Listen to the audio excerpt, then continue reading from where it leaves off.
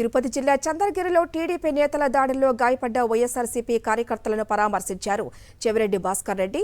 చంద్రగిరిలో 11 మంది వైసీపీ కార్యకర్తలపై దాడులు జరగక ఇంటింటికి వెళ్లి వారికి ధైర్యం చెప్పారు. వైఎస్ఆర్సీపీ కేంద్ర కార్యాలయంలో లీగల్ సెల్ ఏర్పాటు చేస్తున్నామని, ఎలాంటి ఆపదొచ్చినా ఆదుకునేందుకు సిద్ధంగా ఉన్నామని భరోసా ఇచ్చారు.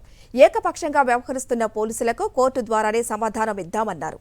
తెలుగుదేశం పార్టీ నాయకులు రాష్ట్ర వ్యాప్తంగా వైఎస్ఆర్ కాంగ్రెస్ పార్టీ నాయకులపై దాడి చేయడం మంచి పద్ధతి కాదని మండిపడ్డారు. తిరుపతి జిల్లా చంద్రగిరిలో టీడీపీ నేతల దాడుల్లో గాయపడ్డ వైఎస్ఆర్సీపీ కార్యకర్తలను పరామర్శించారు చెవిరెడ్డి భాస్కర్ రెడ్డి. చంద్రగిరిలో 11 మంది వైసీపీ కార్యకర్తలపై దాడులు జరగక ఇంటింటికి వెళ్లి వారికి ధైర్యం చెప్పారు. వైఎస్ఆర్సీపీ కేంద్ర కార్యాలయంలో లీగల్ సెల్ ఏర్పాటు చేస్తున్నామని, ఎలాంటి ఆపదొచ్చినా ఆదుకునేందుకు సిద్ధంగా ఉన్నామని భరోసా ఇచ్చారు. ఏకపక్షంగా వ్యవహరిస్తున్న పోలీసులకు కోర్టు ద్వారానే సమాధానం ఇద్దామన్నారు. తెలుగుదేశం పార్టీ నాయకులు రాష్ట్ర వ్యాప్తంగా వైఎస్ఆర్ కాంగ్రెస్ పార్టీ నాయకులపై దాడి చేయడం మంచి పద్ధతి కాదని మండిపడ్డారు.